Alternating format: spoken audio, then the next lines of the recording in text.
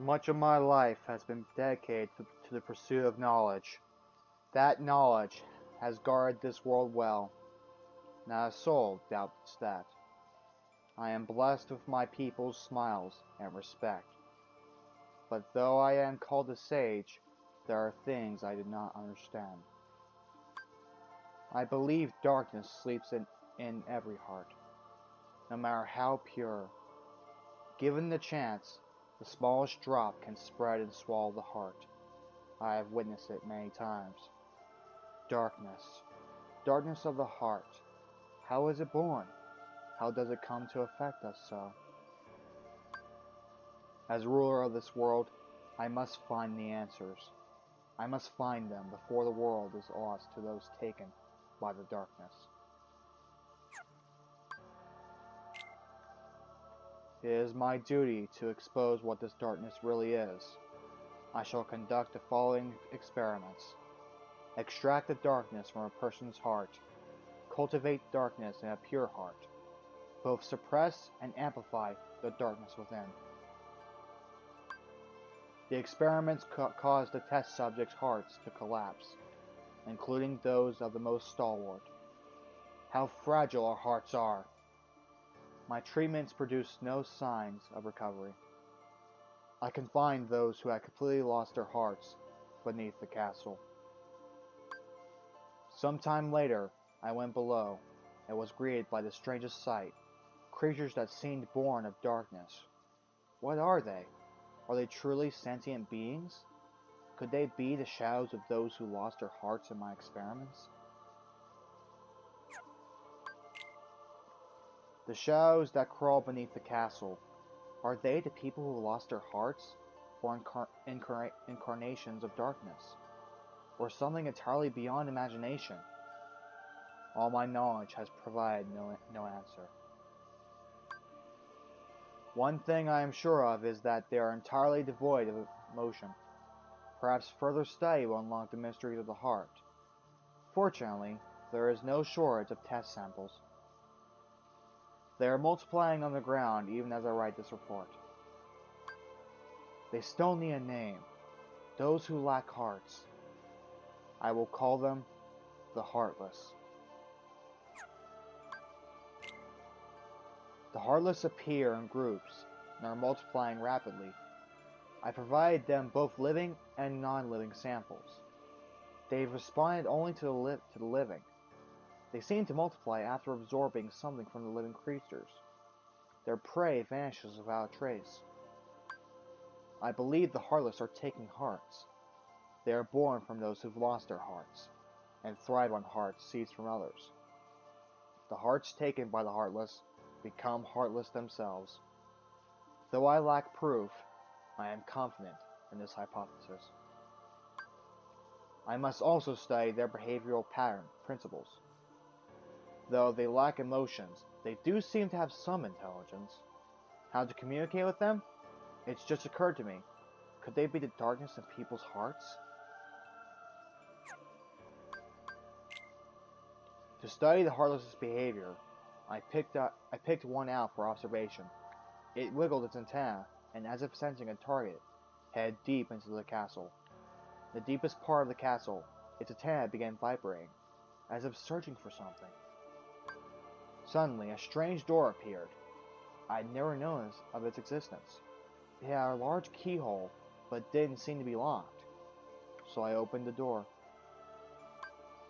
What I saw on the other side mystified me.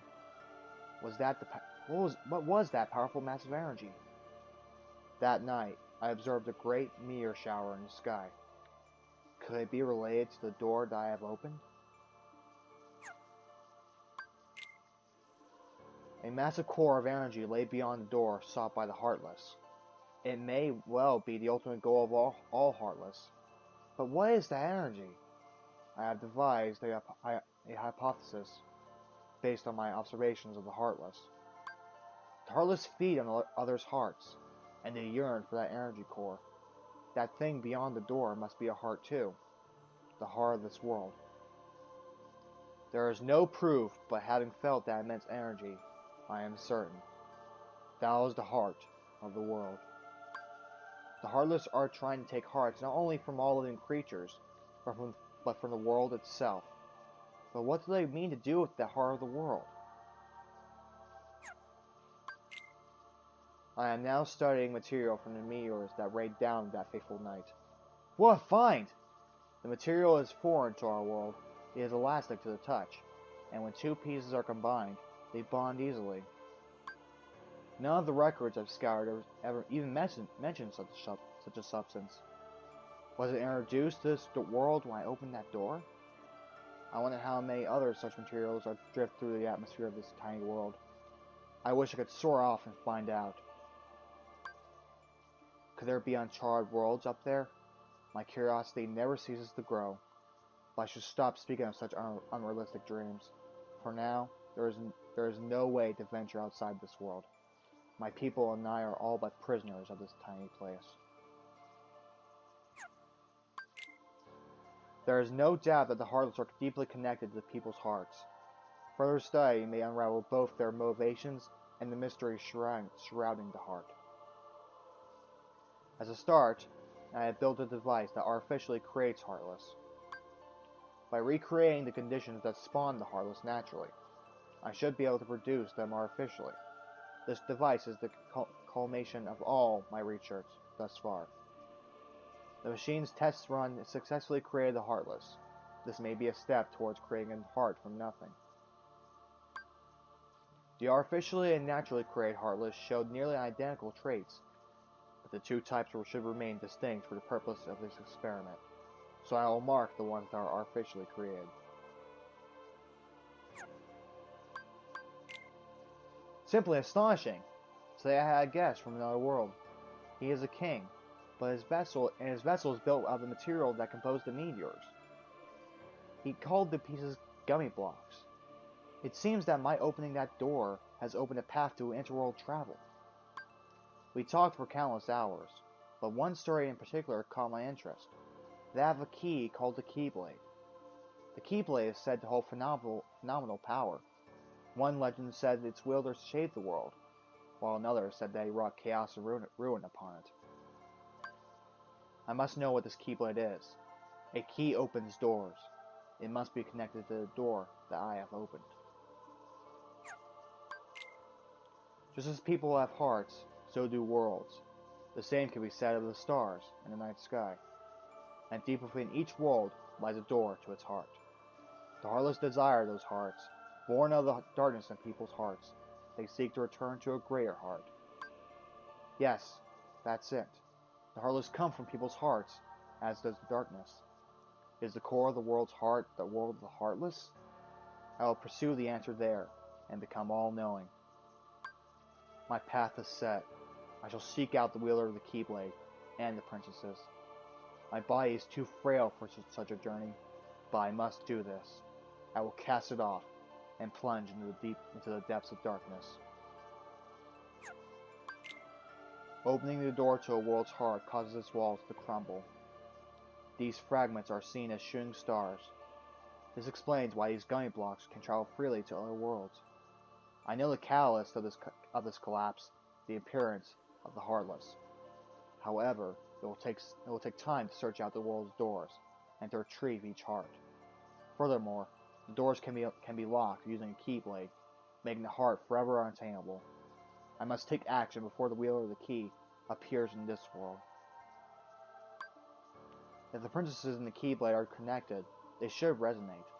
I've chosen a girl. I don't know if she holds the princess's powers, but I will find out. She may lead me to the key bearer. I shall set her free and observe. The body is gone. The heart should have returned to the Heartless, and yet nothing.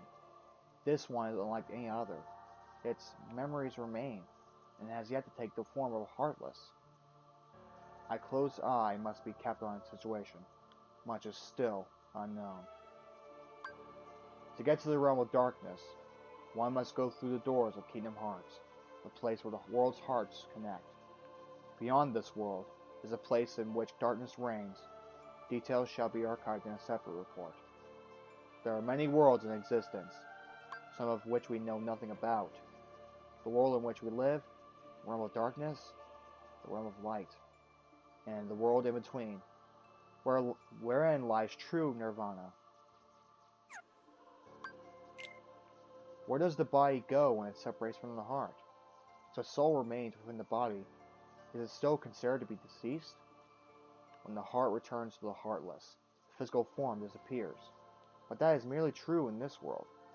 Perhaps the body exists in another form in another world. If that is the case, then it is possible for one to exist in two worlds, a being that is neither darkness nor light, belonging nowhere, abandoned by its heart, a mere shell of its former self. The relation between the heart and body is complex. However, I am certain that if your self exists here, then by definition, the other cannot truly exist. The other is the other, the one which does not exist, shall be dubbed nobody.